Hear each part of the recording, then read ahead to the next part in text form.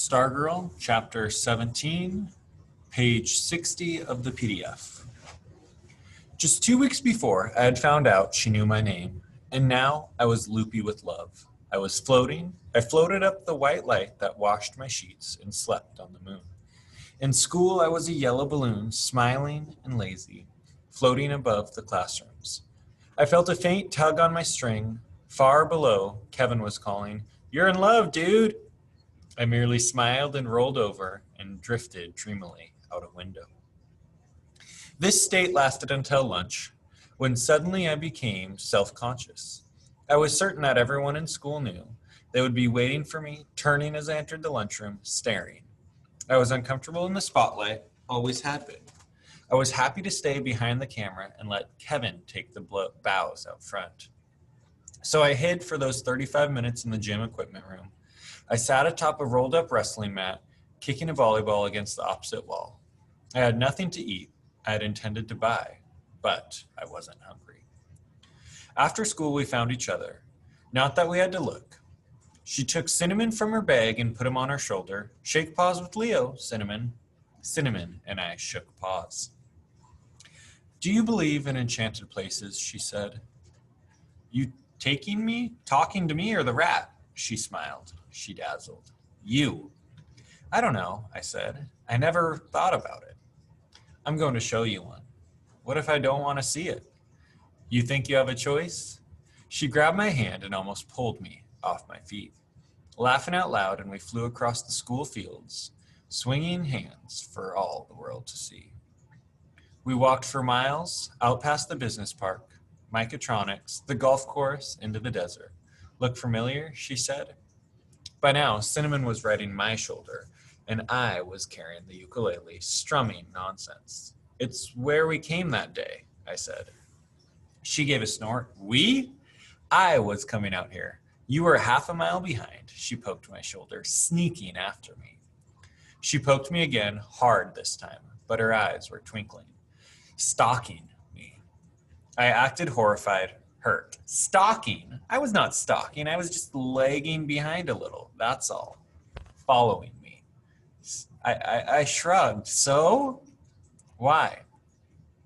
I could feel a million reasons, but there were no words to express them.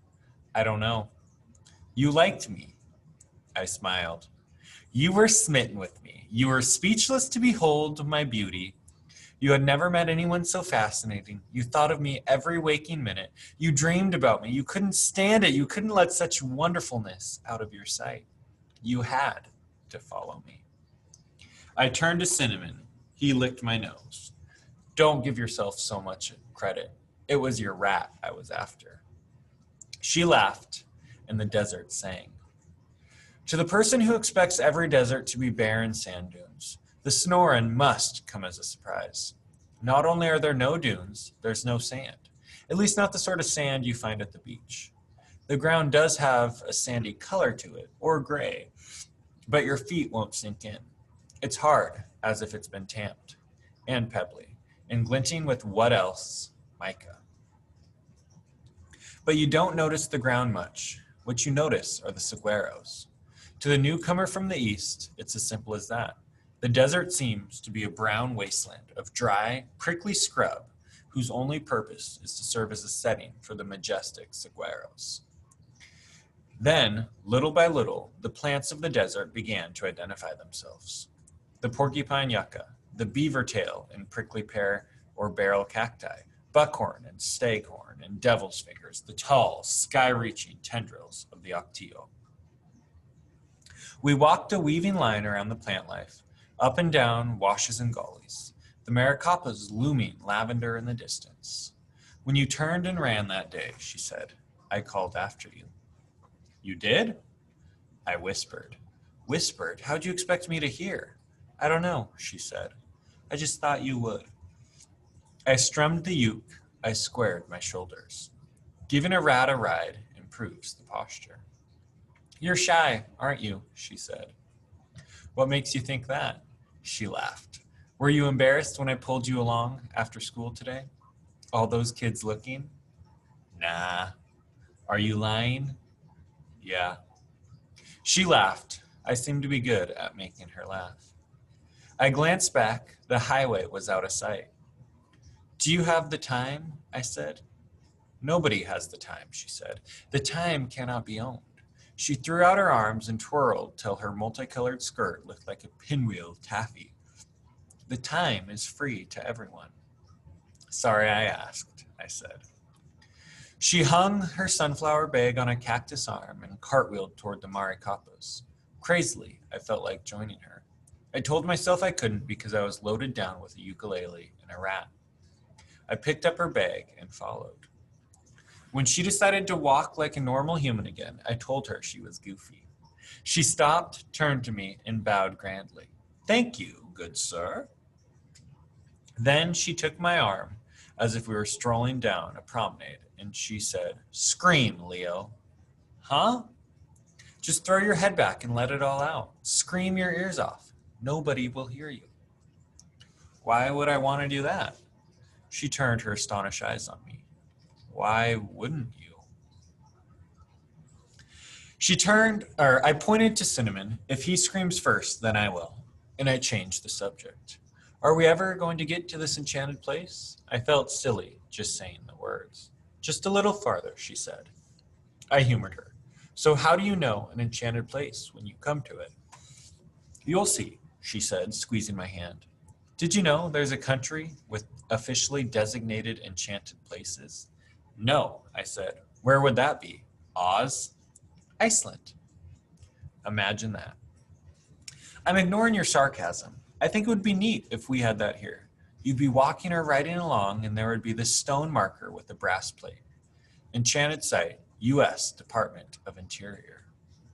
We'd litter it up, I said. She stared at me, her smile gone. Would we? I felt bad, as if I had ruined something. Not really, I told her. Not if there's a don't be a litterbug sign. A minute later, she stopped. We're here. I looked around.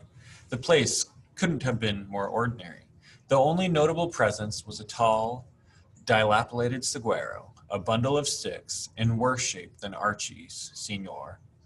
The rest was gray scrub and the tumbleweed and a few prickly pears. I thought it might look different, I said. Special? Scenic? Yeah, I guess. It's a different kind of scenery, she said. Shoes off. We pulled off our shoes. Sit. We sat, legs crossed. Cinnamon scampered down my arm and onto the ground. Stargirl shrieked, Stop! She scooped up her rat and put him in her bag. Owls, hawks, snakes. He'd be a tasty meal. So, I said, when does the enchantment start? We were sitting side by side, facing the mountains. It started when the earth was born. Her eyes were closed. Her face was golden in the setting sun. It never stops. It is, always. It's just here. So what do we do? She smiled. That's the secret. Her cupped hands rested in her lap. We do nothing, or as close to nothing as we can. Her face turned slowly to me, though her eyes remained closed. Have you ever done nothing? I laughed. My mother thinks I do it all the time. Don't tell her I said so, but your mom is wrong. She turned back to the sun. It's really hard to do nothing totally. Even just sitting here, like this, our bodies are churning. Our minds are chattering. There's a whole commotion going on inside us. That bad? I said. It's bad if we want to know what's going on outside ourselves. Don't we have eyes and ears for that? She nodded. They're okay most of the time, but sometimes they just get in the way. The earth is speaking to us, but we can't hear because all of the racket our senses are making. Sometimes we need to erase them. Erase our senses, then maybe the earth will touch us. The universe will speak. The stars will whisper. The sun was glowing orange now, clipping the mountain's purple crests. So how do I become this nothing? I'm not sure, she said. There's no one answer to that. You have to find your own way. Sometimes I try to erase myself. I imagine a big pink soft soap eraser, and it's going back and forth, back and forth. And it starts down at my toes, back and forth, back and forth. And then they go poof. My toes are gone, and then my feet, and then my ankles. But that's the easy part. The hard part is erasing my senses, my eyes, my ears, my nose, my tongue. And last to go is my brain, my thoughts, memories, all the voices inside my head. That's the hardest, erasing my thoughts. She chuckled faintly. My pumpkin, and then, if I've done a good job, I'm erased, I'm gone. I'm nothing, and then the world is free to flow into me like water into an empty bowl. And, I said, and I see, I hear, but not with my eyes or ears. I'm not outside my world anymore, and I'm not really inside it either. The thing is, there's no difference anymore between me and the universe. The boundary is gone. I am it, and it is me. I am a stone, a cactus thorn. I am rain, she smiled dreamily. I like that most of all, being rain. And am I the first one you've brought out here? She didn't answer. She faced the mountains, bathed in sun syrup. Her face as still and peaceful as I've ever seen a face. Stargirl. Shh. That was the last sound either of us made for a long time. We sat side by side, lotus style, facing west. I closed my eyes. I tried to be perfectly still and promptly found that she was right. I could immobilize my arms and legs, but inside me was rush hour in downtown Phoenix. I had never been so aware of my breath and my heartbeat, not to mention the other assorted grumblings and gurglings. In my head, it just wouldn't close down. Every question, every stray thought from miles around came wandering into my brain, sniffing it about, scratching at my attention. But I tried the eraser, but it wouldn't even wipe out the first toe. I tried to imagine I was sawdust blowing away with the wind, swallowed by a whale, dissolved like Alka-Seltzer. Nothing worked. I could not make myself disappear. I peeked. I knew I wasn't supposed to, but I did. Clearly, she had erased herself. She was gone. She was serenity. Her lips faintly smiling, her golden skin, the glowing thread ends of her hair. She seemed to have been dipped in sunlight and set here to dry. I felt a pang of jealousy that she could be sitting next to me and not know it, that she could be somewhere most wonderful, and I could not be there too. Then I saw the rat. He had crawled out of the bag. He was sitting on it much as we were. His front paws, I kept thinking of them as tiny hands. They were so human-like dangling before him. He, too, was not moving. He, too, was facing the sunset, his pelt the color of a new penny. His peppercorn eyes were fully open. I knew it must have been a trick she taught him, or imitative rodent behavior. Still, I couldn't help thinking there was more to it, that the whiskered little fellow was having an experience of his own, which might include digestion in a critter's stomach if Stargirl's fears came true. As quietly as possible, I reached over and scooped him up. I held him in both hands. He did not struggle or squirm, but resumed facing the sunset with his tiny chin resting on my forefinger. In my fingertips, I could feel his heartbeat. I drew him closer to my chest. I dared any varmint to come near. I took a deep breath and closed my eyes for another try at enchantment. I don't think I succeeded. I think Cinnamon was a better eraser than I. I tried so hard I almost squeaked, but I could not seem to leave myself. And the cosmos did not visit me. I could not stop wondering what time it was. But something did happen, a small thing. I was aware of stepping over a line, of taking one step into a territory new to me. It was a territory of peace, of silence. I had never experienced such utter silence before, such stillness. The commotion within me went on, but at a lower volume, as if someone had turned down my dial. And an eerie thing happened. Well, I never did totally lose awareness of myself.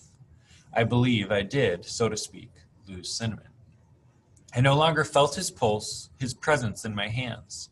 It seemed we were no longer separate, but were one. And the sun fell behind the mountains. I felt it as faint as coolness on my face. I don't know how long my eyes were closed. When I opened them, she was gone. Alarmed, I jerked around. She was standing off a ways, smiling. Evening had come. While my eyes were closed, the mountain's dusky lavender had drifted over the desert. We put on our shoes. We headed for the highway. I expected her to interrogate me, but she did not. One moment the moon was not there, and then it was, and then one bright star. We walked across the desert, hand in hand, saying nothing.